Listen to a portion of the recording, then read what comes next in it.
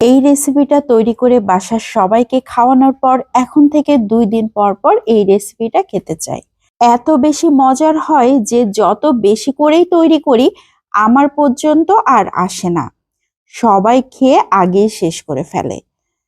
তো প্রথমে আমি একটা রান্নার প্যানে সরিষার তেল দিয়ে দিয়েছি 2 টেবিল চামচের মতো, রসুন কুচি দিয়ে দিয়েছি 2 টেবিল চামচ, পেঁয়াজ কুচিও দিয়ে দিয়েছি বড় বড় দেখে দুইটা কাঁচামরিচ ছোট ছোট টুকরা করে কেটে বেশ কিছুক্ষণ ধরে নেড়ে চেড়ে নিয়েছি যতক্ষণ না পর্যন্ত নরম হয়ে আসে। এখন দিয়ে দিয়েছি একটা আলু, আমি গ্রেটার দিয়ে গ্রেট করে তারপর ব্যবহার করেছি। লবণ হলুদ দিয়ে দিয়েছি পরিমাণ মতো।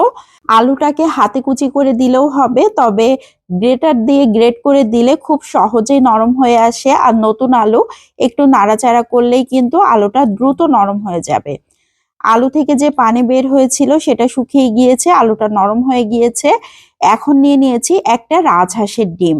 এখানে যে রাজহাঁসের ডিম নিতে হবে এমন কোনো কথা নাই, যে কোনো হাঁসের ডিম নিলেও হবে, আবার মুরগির ডিম নিলেও হবে।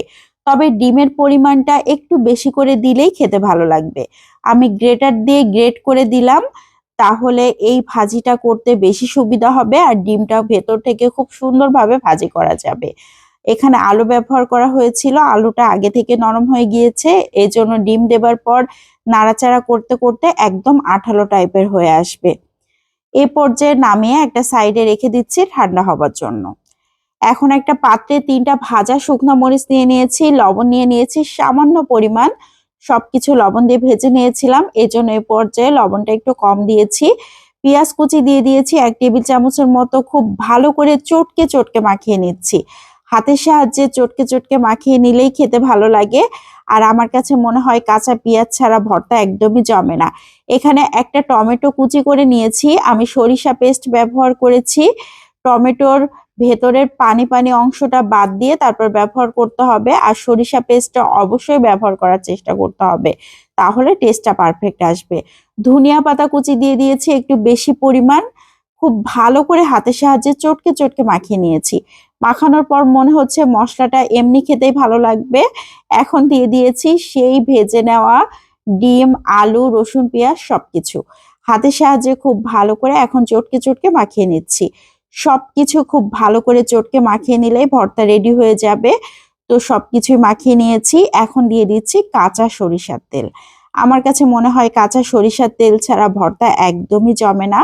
তো কাঁচা সরিষার তেল দেবার পর আবারও মাখিয়ে নিচ্ছি। এই ভর্তাটা খুবই আঠালো টাইপের হয়, খুবই সুন্দর হয়, কালারটা দেখেই বোঝা যাচ্ছে কতটা ইয়ামি হতে পারে।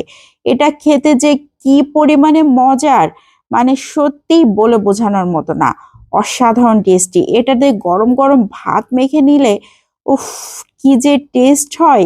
যারা খেয়েছেন তারা তো জানেন, আর যারা খাননি তারা একবার হলেও ট্রাই করে দেখতে পারেন। আর আমি এখানে রাজহাঁসের ডিম ব্যবহার করেছি, এই জন্য টেস্টের পরিমাণটা আরো বেড়ে গিয়েছে। তো কেমন লাগলো সবাই লাইক ও কমেন্টের মাধ্যমে অবশ্যই জানাবেন। আজকের মতো বিদায় নিচ্ছি। আসসালামু আলাইকুম।